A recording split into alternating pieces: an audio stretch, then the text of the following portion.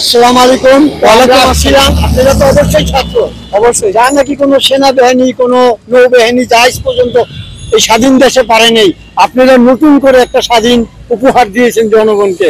তো এই ব্যাপারে আপনি সামান্য কিছু বলুন।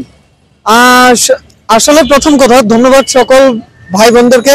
প্রথমে তো আল্লাহর উপর কৃতজ্ঞতা, ওনাকে শুকরিয়া জানালেও শেষ হবে না। দ্বিতীয়ত আমার সকল ভাই বোনদেরকে ধন্যবাদ, যাদের জন্য আমরা স্বাধীন বাংলাদেশ পেয়েছি। নট একজন, সবাই। এবং তার পাশাপাশি সকল যে জনতা রয়েছে, আম জনগণ থেকে শুরু করে সবাই ধন্যবাদ। এখন দ্বিতীয় আরেকটা কথা, উপহার হিসেবে উপহারটা ধরে রাখা, মানে উপহার পাওয়াটা মেন না, কিন্তু উপহারটা ধরে রাখাই কষ্ট। প্লিজ একটু মাস্কটা খুলুন। থ্যাংক ইউ, অনেক অনেক ধন্যবাদ। উপহারটা মানে পাওয়াটাই মেন না, উপহারটা ধরে রাখা অনেক বেশি কষ্টের।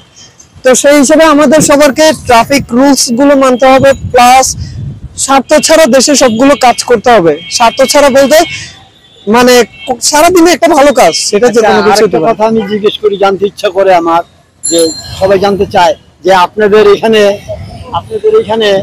যে এখন তো আইন প্রশাসন নাই বললে চলে, যেটা আপনার আইন প্রশাসনের কাজটা আপন ভাবে একান্ত ভাবে করে যাচ্ছেন। জি, তো আইন প্রশাসন যদি আবার আগের মতো নির্ভর করে তখন কি আপনারা থাকবেন?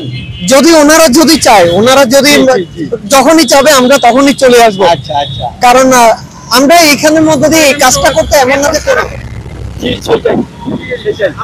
নিজের ইচ্ছায় বেতন ছাড়া নিজের ইচ্ছায় বেতন ছাড়া করতেছি, এবং আমরা চাই যেন আমাদের দেশের মানুষ সবচেয়ে ভালোভাবে চলতে পারে এবং নিরাপদে চলতে পারে।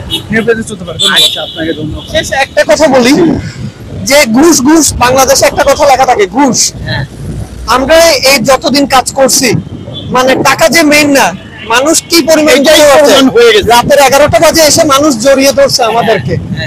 তো এইটা সবকিছু অনেক বড় পাওয়া এটা। এটা আরেকটা জিনিস জানতে ইচ্ছে করে, যে পুলিশ যাকে তাকে ধইরা টাকা দাবি করে, আপনারা যদি এই ব্যাপারে একটা কিছু করেন, আমার মনে হয় এই আইনটাও পাস হয়ে যাবে। আসলে একটা কথা, যে নতুন ভাবে সবকিছু শুরু হয়েছে, তো একদিনে তো রাতারাতি সবকিছু শেষ হয় না। তবুও আশা করি যে আঙ্কেলেরা এবার চিপাই নিয়ে যাওয়া বন্ধ করবে। আর তার পাশাপাশি মানে আপনার যে এই যে টাকা, আঙ্কেলেরা বুঝছে যে আমরা ওনাদের বাচ্চা হয়ে আমরা যদি সামলাতে পারি, তাহলে ওনারা তো আমাদের চাইতে বড়। ওনারা চাইলে ওনারা মানে পুরো দেশটাই সামলাতে পারবে অনেস্টলি, আর মানুষ তখন ভালোবাসবে। এটাই ওনাদের কাছে চাওয়া, আর কিছু কথা।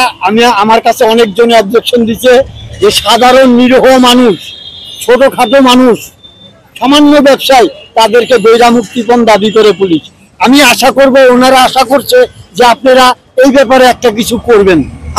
এখন একটা কথা, যে এইটাও বলছে আপনাদের উপরে নাকি কেউ নাই, আলহামদুলিল্লাহ। এখন একটা কথা, যে এটা ব্যবসায়ীদেরকে বলতে চাই, ব্যবসা অনেক একটা সম্মানের জায়গা। জি, উনি সারাদিন পরিশ্রম করছে, সেটা একটা পান বিক্রেতা হোক বা সেটা একটা টং দোকানের চা বিক্রেতা হোক, তো তাই আপনারা কেউ 1 টাকাও দিবেন না, 1 টাকাও দিবেন না। আর কেউ যদি চাঁদা দাবি করতে আসে, আগে ভিডিও করবেন, কারণ ছোটখাটো ভিডিও অনেক বড় প্রমাণ। তারপর দিয়ে ওনাকে ধরে বাকিটা এরপর দিয়ে যা করার জনগণের উপর দিয়ে ছেড়ে দিবেন। প্লাস ছাত্ররা রয়েছে, সেনাবাহিনীরও রয়েছে, এটাই তারা বুঝবে অবশ্যই। আপনাকে অনেক অনেক ধন্যবাদ।